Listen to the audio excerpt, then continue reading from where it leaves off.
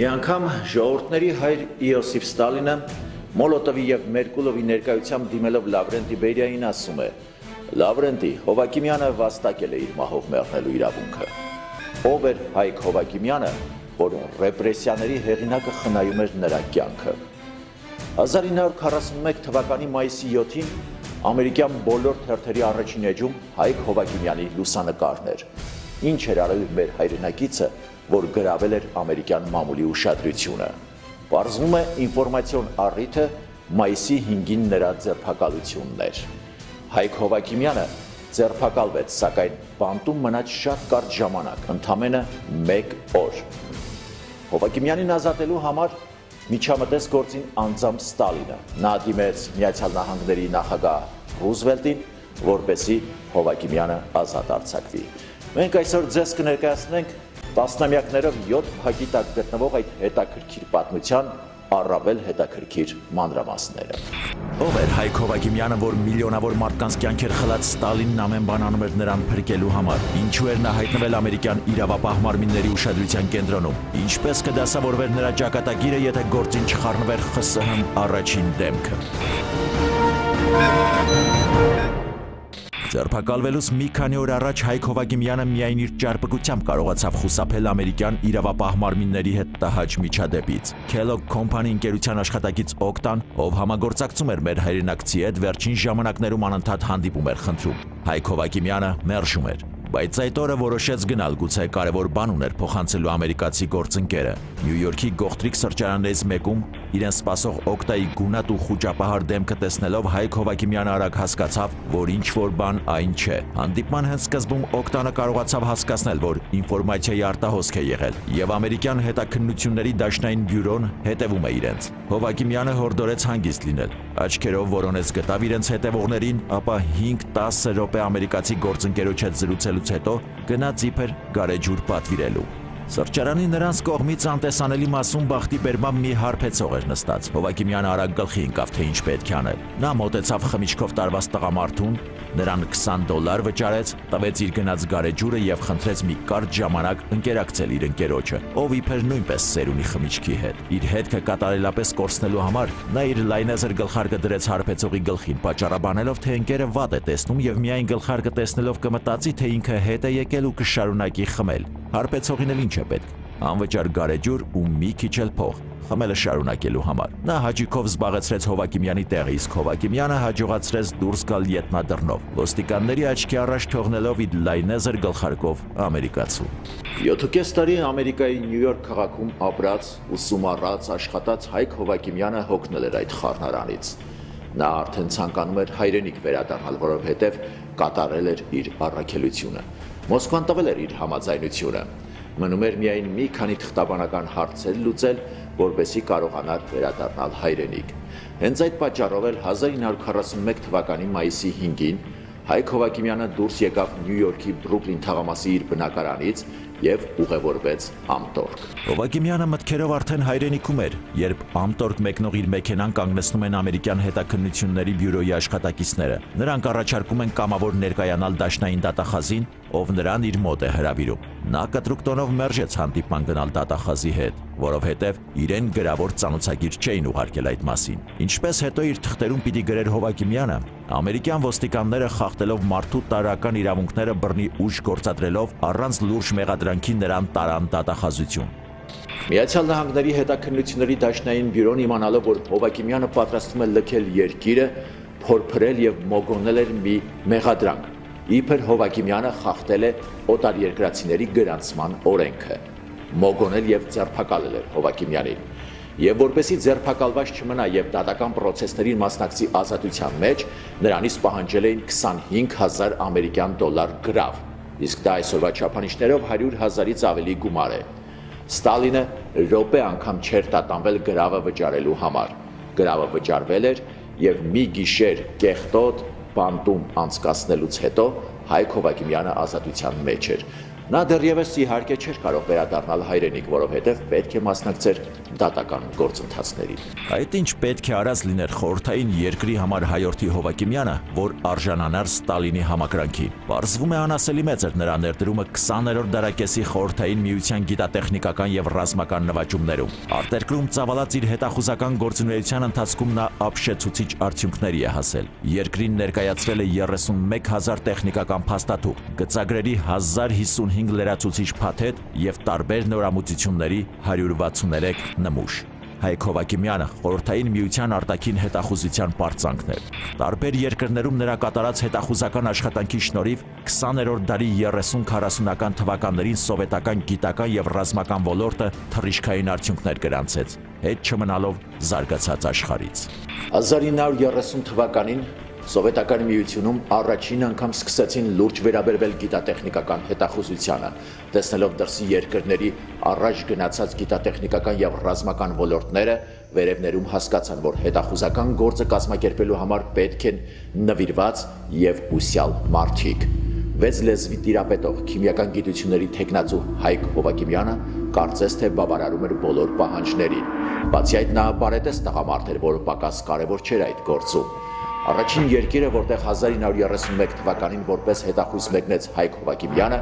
Գերմանիան էր։ 30-ականների ծանր տարիներին Սովետական միությունում գիտատեխնիկական եւ ռազմական առաջընթացներ գրանցվեցին։ Օպտիկական նորագույն սարքավորումներ, ձայննոր սարքեր, հակաքիմիական պաշտպանական միջոցներ, սինթետիկ բենզոլի եւ սիլիտրայի առավել կատարելագործված տեխնոլոգիաներ եւ այլն։ Այս հայտնագործությունների մասին փաստաթղթային տեղեկությունները գալիս էին Հայկ Հովակիմյանին նվիրված ու գրագետ աշխատանքի շնորհիվ, իսկ դա ընդամենը առաջին 2 տարում։ Անփորձ հետախույզն իր ճկունության շնորհիվ կարողացավ Գերմանիայում հավաքագրել մի շարք կարևոր մարդկանց, առաջատար ինժեներների, քիմիկոսների, գիտնականների։ Նրա ցանցում հայտնվեցին նաև ռազմական ոլորտի գիտակներ, որոնց միջոցով խորհրդային միություն ինֆորմացիա էր գալիս Գերմանիայի զինվորական օբյեկտների մասին։ Այսքանով հանդերձ Գերմանիա մեկնելուց 2 տարի անց Հովակիմյանը հետ է կանչվում Մոսկվա։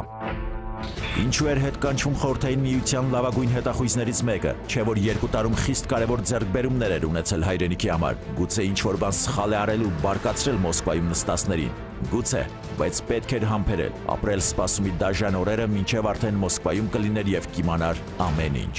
Արդեն Մոսկվայում հետախուզության արտասահմանյան բաժնի ղեկավար Արտուզովը Հովակիմյանին տեղեկացնում է, որ ղեկավարությունը գոհ է նրա աշխատանքից եւ հաշվի առնելով, որ Միացյալ Նահանգները եւ Խորհրդային Միությունը հաստատել են դիվանագիտական կապ, ցանկանում է նրան գործուղել Ամերիկայի Միացյալ Նահանգներ, որպեսզի նա այնտեղ սպասվի գիտատեխնիկական հետախուզությամբ։ Հովակիմյանը թեթևացած շունչ է քաշում եւ պատրաստվում մեկնել նոր երկիր։ Հայկ Հովակիմյանը նահանգներում աշխատում էր ԽՍՀՄ առևտրական ներկայացուցչությունում եւ միաժամանակ ծավալում էր հետախուզական գործունեություն։ Բայց նահանգներում գիտատեխնիկական հետախուզական ցանցը այնքան էր ընդլայնվել, որ Հովակիմյանն այլևս ֆիզիկապես ի վիճակի չէր այդքան տեղեկություն հավաքելու համար գիշեր-ցերեկ հանդիպումներ ունենալ։ Նա Մոսկվային խնդրեց օգնական ուժեր տրամադրել, սակայն կենտրոնը մերժեց։ Այլևս անհնար էր։ Պետք էր նոր ելքեր մտածել։ Սովետական իշխանությունը գոհ էր, բայց Հովակիմյանը ինքը գոհ չէր իր կատարած աշխատանքից, նա գիտեր, որ կարող է եւ պարտավոր է անել ավելին։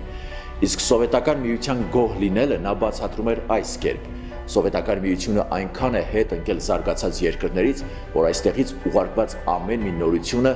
նրա համար սենսացիա է։ Նա գտնում էր, որ ավանդական մեթոդներով այլևս անհնար է զարգացած գիտության եւ տեխնիկայի դարում եւ փորձում էր բոլորիս գաղտնի նոր մեթոդներ մշակել։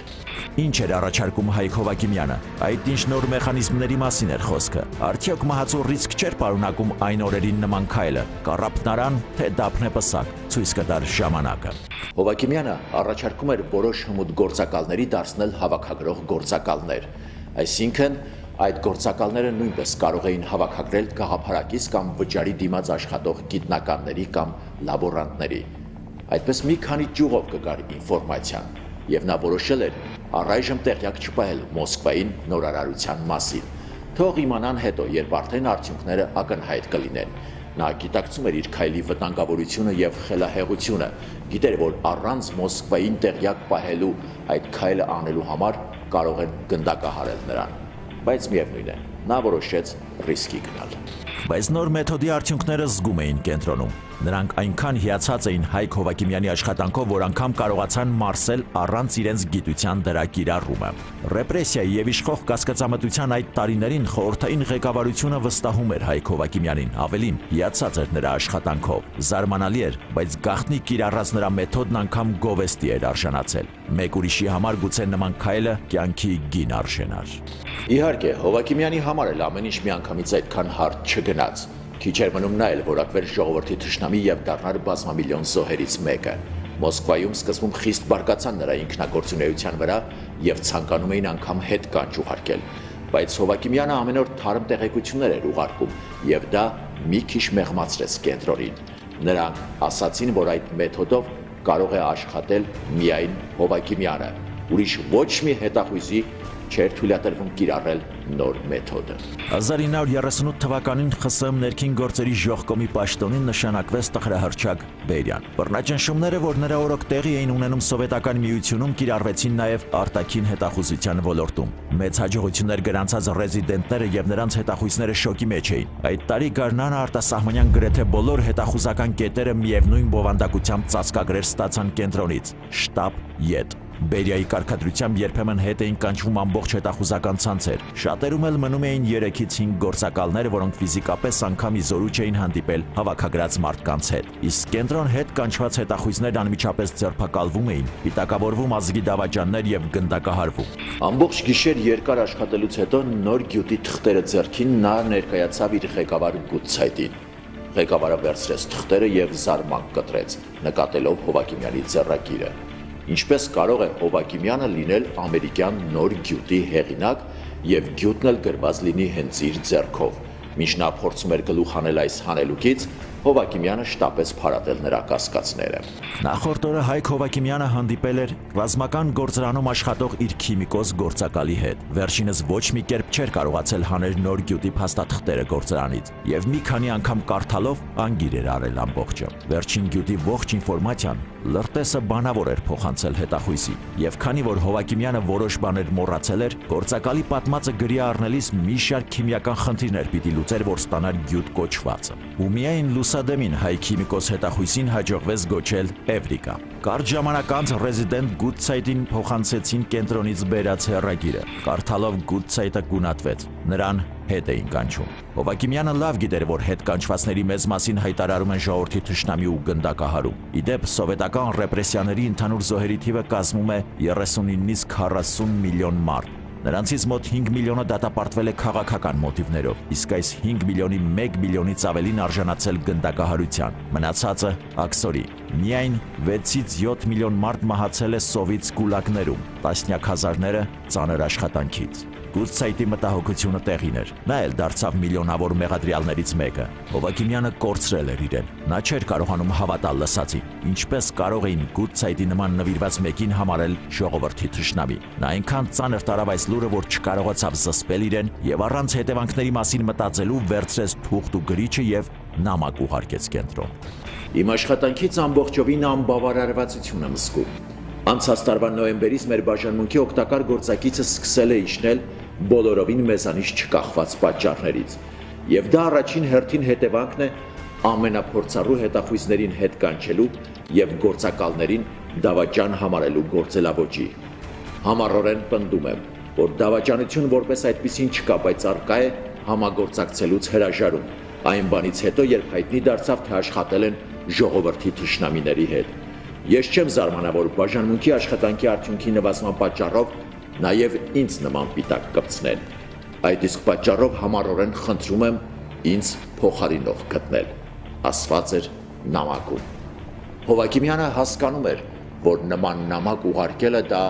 մահվան հավասարազոր քայլ էր, սակայն նա որպես ազնիվ մարդ հայրենիքի նվիրյալ չէր կարող չկատարել այդ քայլը։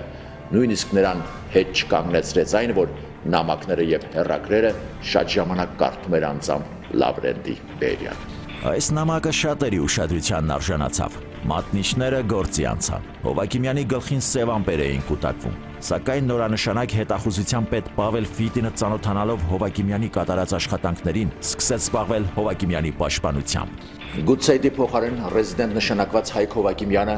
կենտրոնացրեց փոքրաթիվ ուժերը եւ կիրառելով իր նոր մեթոդը շարունակեց աշխատել։ Նա նոր տեղեկություններ էր ուղարկում Խորհրդային Միություն, որի հիման վրա այնտեղ բացվեցին մի շարք փորձարարական գործարաններ եւ կոնստրուկտորական բյուրոներ։ Ինչպես ասում են, հազիվ խաղաղվել աշխատում էր, երբ ձեռքն ընկավ Պրավդայում տպված հոդվածը, ինչն անասելի բարկացրեց նրան։ Հոդվածում բարձրաստիճան այրերը Բերյան, Որոշիլովն ու Կագանովիչը հայտարարում են, թե Խորհրդային Միությունը գիտատեխնիկական հետախուզության կարիք չունի, որ բարոյական չէ գողանալ ուրիշի միտքը, որ մեր գիտնականները իրենք էլ բեղեր ունեն եւ դա կապացուցեն կապիտալիստական աշխարհին։ Սա գրում էին մի երկրի ղեկավարության անդամները, որտեղ վերջին տասնամյակում գիտատեխնիկական եւ ռազմական ամեն լուրջ հաջողություն գրանցվել էր արտաքին հետախուզության մասնակցությամբ։ Պատվախնդիր հայ հետախույզն այս անգամ էլ չկարողացավ լռել, թեկուզ դա կյանքի գին արժենար։ Մամուլում հայտնված տեղեկությունն այն մասին, թե ԽՍՀՄ-ին պետք չեն արտասահմանից ուղարկվող գիտատեխնիկական հետախուզության տվյալները, բացատրում եմ զուտ անիրազեկությամբ եւ գլխարկ շպրտոցի տրամադրությամբ։ Սա Հովակիմյանի կենտրոն ուղարկած հերթական հեռագրի տեքստն էր։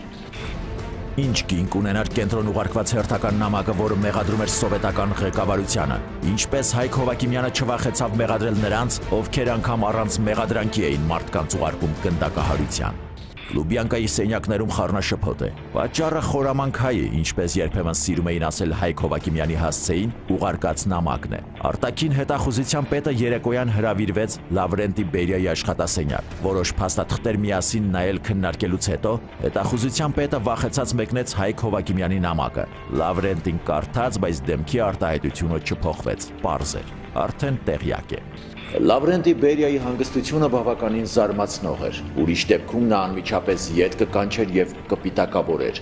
Իսկ պատճառը այն էր, որ արտաքին հետախուզական ցանցը ամբողջովին կազմալուծվել էր։ Այնքան էին ետ կանչարել եւ գնդակահարել լուրջ մասնագետների, որ շատ հետախուզական ցանցեր փակվել էին կամ ընդհանրապես լուրջ մասնագետներ չէին մնացել։ Այդ էր պատճառը, որ փրկեց Հովակիմյանին, որովհետև նրա ռեզիդենտուրան մշտապես կարևոր տեղեկություն էր հաղորդում։ Նրան փրկեց իր պրոֆեսիոնալիզմը եւ այդ պրոֆեսիոնալիզմի շնորհիվ ուղարկած վերջին տեղեկությունները։ Կարճ ժամանակ առաջ Հովակիմյանը կենտրոնին ծավալուն հաղորդագրություն էր ուղարկել եւ տեղեկացրել, որ ամերիկացի գիտնականները ուրանի միջուկի տարանջատումից ազատված էներգիայի օգտագործմամբ փորձում են ստեղծել մինչև օրս նմանը չունեցող ահռելի ուժի պայթուցիկ։ Այդ օրերին այս տեղեկությանն այնքան էլ լուրջ չվերաբերվեցին։ Սովետական գիտնականները պնդում էին, որ նման զենք անհնար է ստեղծել, կամ էլ հնարավոր է, բայց 10-20 տարի անց։ Բայց Լոնդոնից եկած հետախուզական տվյալները հաստատեցին Հովակիմյանի ուղարկած տեղեկությունը։ Նշանակում էր հայի հետախույզն առայժմ պետք է, շատ է պետք նրա աշխատանքը։ 1941 թվականի հունիսի 22-ին Խորհրդային Միությունը ներքաշվեց Երկրորդ համաշխարհային պատերազմի մեջ։ Ամերիկայի Միացյալ Նահանգները եւ Խորհրդային Միությունը այլևս դաշնակիցներ էին։ Իսկ Նյու Յորքում շարունակում էր դատական գործընթացը կապված Հովակիմյանի գործի հետ։ Եթե ապացուցվեր նրա մեղքը, նրան սպառնում էր 20 տարվա ազատազրկում։ Հուլիսի 11-ին վերջապես հնչեց բաղձալի զանգը։ Նրան հրավիրում էին ԽՍՀՄ հյուպատոսի մոտ։ Այնտեղ տեղեկացավ, որ նախագահ Ռուզվելտը կարգադրել է, որպեսզի կարճեն գործը եւ ամեն կերպ աջակցեն Խորհրդային Միության քաղաքացի Հայկ Հովակիմյանի վերադարձին հայրենիք։ Հովակիմյանը հասկանում էր, որ այս ամենում խառն է Ստալինի մատը։ Ամերիկայում 7.5 տարի արկածներով, նվաճումներով, վտանգներով լի կյանք վարած Հայկ Հովակիմյանը մեկօրյա ձերբակալումից ամիսներ անց Սան Ֆրանցիսկո նավահանգստից վերադառնում է հայրենիք։ Կարճ ժամանակ անց Մոսկվայում էր։ Հայկ Հովակիմյանին են հանձնվում կարմիր դրոշի, կարմիր աստղի շքանշանները եւ ՆԳԺԿ վաստակավոր աշխատակից կրծքանշանը։ Եվ ամենակարևորը, Հայկ Բադալի Հովակիմյանը Խորհրդային Միության միակ անլեգալ հետախույզն է, որ արժանացավ գեներալ-մայորի կոչման։ Ատոմային զենքի շուրջ ինֆորմացիան գնալով ավելի հավաստի էր դառնում, պետք էր ավելի զգույշ եւ զգոն լինել։ Հաշվի առնելով Հովակիմյանի փորձն ու գիտելիքները, նրա կազմակերպչական ունակությունները, նրա նշանակում են արտաքին հետախուզության պետի առաջին տեղակալ եւ միաժամանակ էնորմոս ծրագրի ղեկավար։ Դա այն ծրագիրն էր, որը ղեկավարում էր հետախուզական տվյալների հայթայթումը ատոմային զենքի ստեղծման մասին։ Հովակիմյանը պատվով կատարեց իր աշխատանքը։ Վերջապես 1942 թվականին Իոսիֆ Ստալինի ղեկավարությամբ որոշում կայացվեց Գիտությունների ակադեմիային կից ատոմային ռումբի ստեղծման համար լաբորատորիա ստեղծելու։ Պետք էր հասկանալ, թե ով է ղեկավարելու այս չափազանց կարևոր կառույցը։ Հայկ Հովակիմյանի ջանքերի շնորհիվ երիտասարդ ու շատ խոստումնալից գիտնական Իգոր Կուրչատովն առաջադրվեց այդ պաշտոնում, բայց նա դեռ ակադեմիկոսի կոչում էլ չուներ։ Յոսիֆ Վիսարիոնովիչը զարմացավ, որ այսքան ակադեմիկոսների մեջ առաջադրվեց ու պաշտպանվեց ոչ ակադեմիկոս, ոչ այնքան հայտնի գիտնական Կուրչատովի թեկնածությունը։ Ուղղակի որպեսի չասեն, թե ատոմային ռումբի լաբորատորիան ղեկավարում է ոչ ակադեմիկոս մեկը, նա մի գիշերում Իգոր Կուրչատովին ակադեմիկոսի կոչում շնորհեց։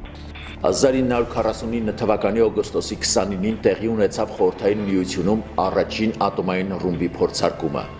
Բերիան, որ միջև վերջ չէր հավատում հաջողությանը, առաջինը ինքը շրջվեց եւ գրկեց կողքը կանգնած գիտնականին։ Ստալինի ուրախությանը չափ ու սահման չկար, որովհետեւ Խորհրդային Միությունը այլևս ատոմային տերություն էր եւ կարող էր համարձակ խոսել միջազգային ամբիոններից գերտերությունների հետ։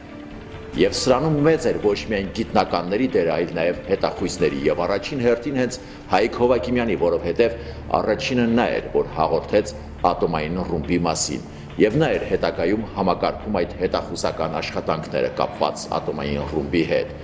Դա էր պատճառը, որ Ստալինը ժամանակին Բերիային ասել էր. «Լավրենտի, Հովակիմյանը վաստակել է իր մահով մեռնելու իրավունքը»։ Բերիան չէր կարող անտեսել Ստալինի խոսքը, եւ Հովակիմյանը չգնդակահարվեց, բայց Բերիան հիշաչար էր եւ ամեն հարմար առիթ օգտագործում էր վրեժխնդիր լինելու համար։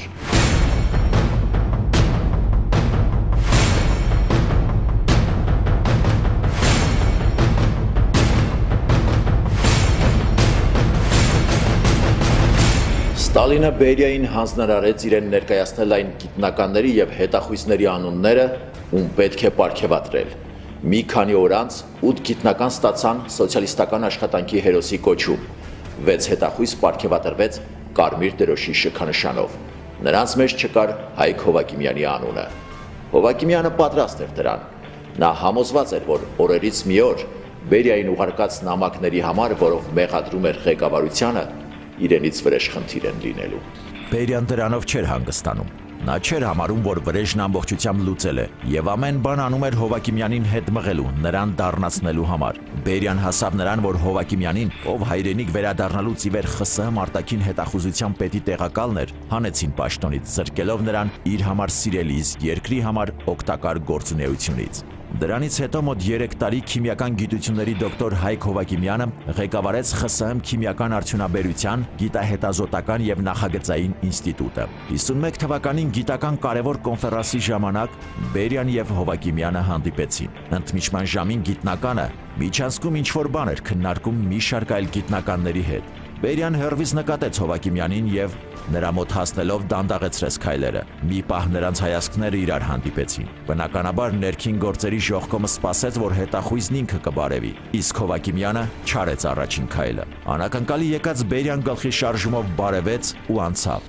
Օրեր անց Հովակիմյանին տեղեկացրին, որ նպատակահարմար են գտնում Հովակիմյանին հանել գիտահետազոտական ինստիտուտի ղեկավարի պաշտոնից եւ նշանակել ընդամենը լաբորատորիայի վարիչ։ То, что он остался жив, то, что он не был расстрелян, то, что его вернули,